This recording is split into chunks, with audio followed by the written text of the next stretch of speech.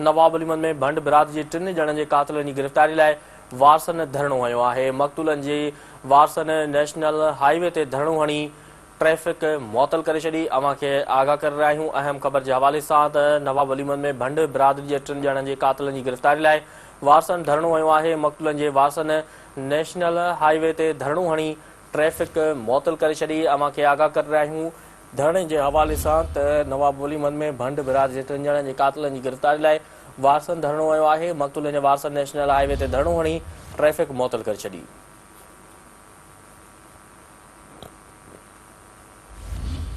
नवाब अलीमत में भंड बिरादरी जे 3 ॼणनि जे कातिलनि जी गिरफ़्तारी लाइ वारसनि धरणो हयो आहे। मक़तूलनि जे वारसनि नेशनल हाईवे ते धरणो हणी ट्रैफ़िक मुअतल करे छॾी।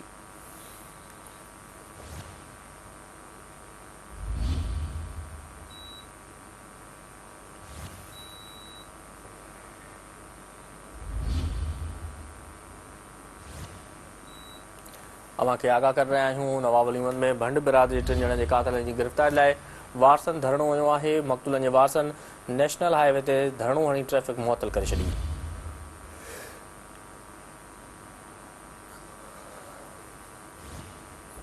नवाब अलीमत में भंड बिरादरी जे 3 ॼणनि जे कातिलनि जी गिरफ़्तारी लाइ वारसनि धरणो हयो आहे। मक़तूलनि जे वारसनि नेशनल हाईवे ते धरणो हणी ट्रैफ़िक मुअतल करे छॾी।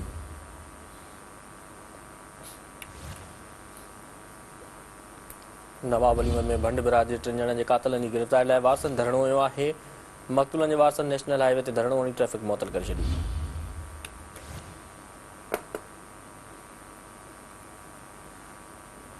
नवाब अलीमत में भंड बिरादरी जे 3 ॼणनि जे कातिलनि जी गिरफ़्तारी लाइ वारसनि धरणो हयो आहे। मक़तूलनि जे वारसनि नेशनल हाईवे ते धरणो हणी ट्रैफ़िक मुअतल करे छॾी।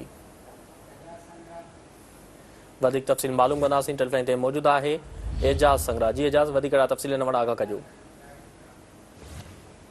हद में ज़मीन जे तकरार सां भंड बिरादरी जे माण्हुनि जो झेड़ो थी पियो, जंहिं सबबि हिकु धुर जा गोलियूं लॻण करे समेत 3 माण्हू क़तल थी विया आहिनि।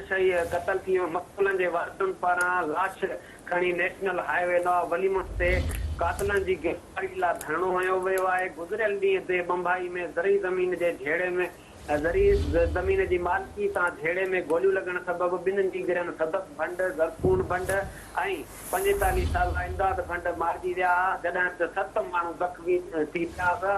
मक़तूलनि जे वारसनि अलाबख्श भंड, नादर भंड, अख्तर भंड, रोशन भंड ऐं 2 नवाब अलीमत नेशनल हाईवे ते लाश रखी गुज़िरियल 2 कलाकनि खां धरणो हयो आहे।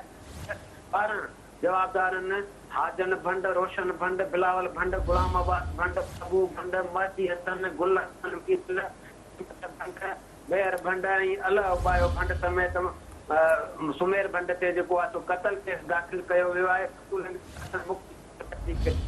मुतालबो कंदे चयो त असां पंहिंजी ज़मीन ते सरियों जो थ्रेशर वाहे रहिया हुआसीं त पंहिंजी बिरादरी जे माण्हुनि सिधी फायरिंग करे असां जूं मासूम न्याणियूं 8 साला सदफ ऐं 9 साला ज़रकून ऐं 45 साला इमदाद भंड खे गोलियूं हणी शहीद कयो आहे। इन्हनि कानून जे वज़ीर जालंजार, IG सिंध, DIG शहीद बेनज़ीराबाद ऐं SSP नवाब शाह खां मुख्य जवाबदारनि जी गिरफ़्तारी ऐं 60 एकड़ ज़री ज़मीन तां कब्ज़ो ख़त्म करण जी घुर कई आहे। जेसीं ताईं कातिल गिरफ़्तार न कया वेंदा ऐं ज़मीन तां कब्ज़ो ख़त्म न कयो वेंदो, धरणो जारी रहंदो। जॾहिं त गुज़िरियल 2 कलाकनि खां नेशनल हाईवे बंदि हुअण करे ट्रैफ़िक जाम थी वई आहे ऐं गाॾियुनि जूं ॾिघियूं कतारूं जेके आहे थियण लॻी वियूं आहिनि।